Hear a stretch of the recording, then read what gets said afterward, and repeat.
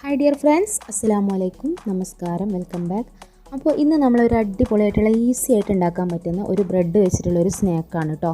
വളരെ പെട്ടെന്ന് നമുക്ക് ഈ ഉണ്ടാക്കിയെടുക്കാനും പറ്റും, എന്നാലോ നല്ല അടിപൊളി ടേസ്റ്റുമാണ് കേട്ടോ. അപ്പോൾ എല്ലാവരും ഒന്ന് ട്രൈ ചെയ്ത് നോക്കുക. അപ്പോൾ ഇതെങ്ങനെ ഉണ്ടാക്കുന്നതെന്ന് വെച്ചാൽ, ആദ്യം നമ്മൾ കുറച്ച് കടലപ്പൊടി ഒരു ബൗളിലേക്ക് ഇട്ട് കൊടുത്തിട്ടുണ്ട്. അപ്പോൾ കടലപ്പൊടി ഒരു കപ്പോളം എടുത്തിട്ടുണ്ട് കേട്ടോ. പിന്നെ ഇതിലേക്ക് ഒരു 2-3 സ്പൂണ് മൈദപ്പൊടിയാണ് ചേർത്ത് കൊടുത്തിട്ടുള്ളത്. മൈദപ്പൊടിയും കൂടെ ചേർത്ത് കൊടുത്തതിന് ശേഷം പിന്നീട് ഒരു സ്പൂണ് അരിപ്പൊടിയും കൂടെ ചേർത്ത് കൊടുത്തു. അതിന് ശേഷം ഒരു 1/2 ടീസ്പൂൺ മഞ്ഞൾപ്പൊടി, അതേപോലെ തന്നെ ഒരു 1.5 ടീസ്പൂണോളം മുളക് പൊടി,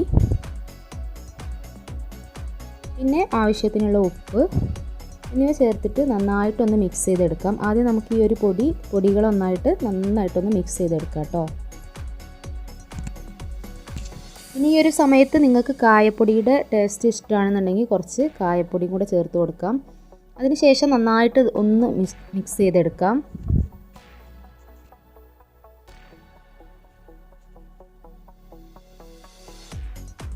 അപ്പോൾ നല്ല ടേസ്റ്റ് ആയിട്ടുള്ളൊരു ഈസി ആയിട്ടുള്ളൊരു സ്നാക്കാണ് കേട്ടോ. പിന്നെ ഇതിലേക്ക് ഞാൻ കുറച്ച് വെളുത്തുള്ളി, അതേപോലെ ഒരു ചെറിയ കഷ്ണം ഇഞ്ചി, ഒരു പച്ചമുളക് എന്നിവ എടുത്തിട്ടുണ്ട്. ഇത് നന്നായിട്ടൊന്ന് ചതച്ചെടുക്കാം.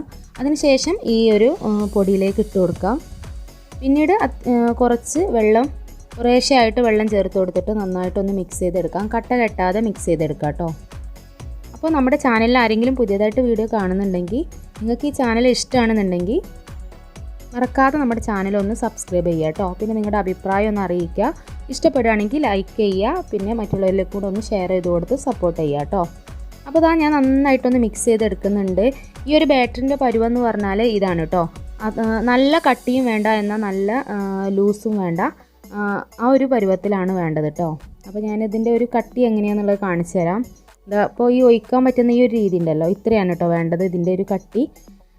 ഇനി നമുക്ക് വേണ്ടത് ബ്രെഡാണ്. ബ്രെഡ് ഞാൻ അതുപോലെ കട്ട് ചെയ്ത് എടുത്തിട്ടുണ്ട്. നിങ്ങൾക്ക് കട്ട് ചെയ്യാതെ വേണമെങ്കിലും ഫ്രൈ ചെയ്തെടുക്കാവുന്നതാണ് കേട്ടോ.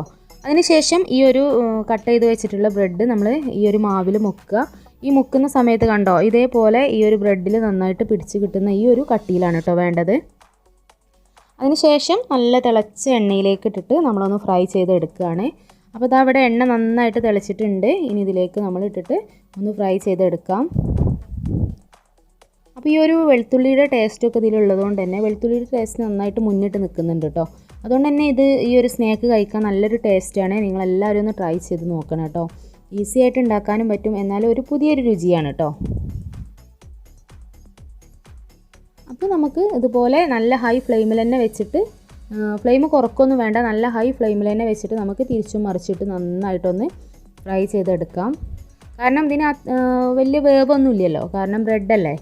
അപ്പം തന്നെ നല്ല ഹൈ ഫ്ലെയിമിൽ ഇട്ടിട്ട് തന്നെ നമുക്ക് തിരിച്ചു മറിച്ചിട്ടൊന്ന് ഫ്രൈ ചെയ്തെടുക്കാം കേട്ടോ.